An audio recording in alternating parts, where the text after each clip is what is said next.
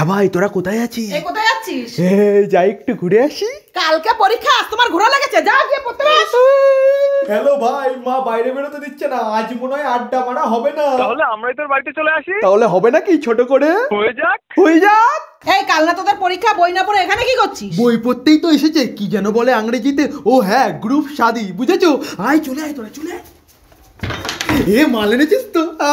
আমরা হলাম back bencher, আমাদের পড়ালেখা লাগে নাকি? আমরা চোতা করেই খাতা ভরে দেবো।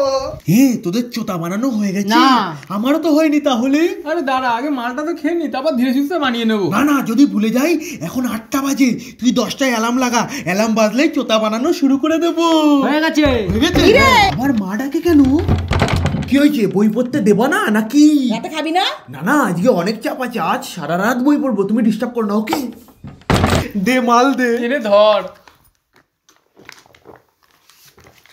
জলটা বেশি মেশানো হয়ে গেছে।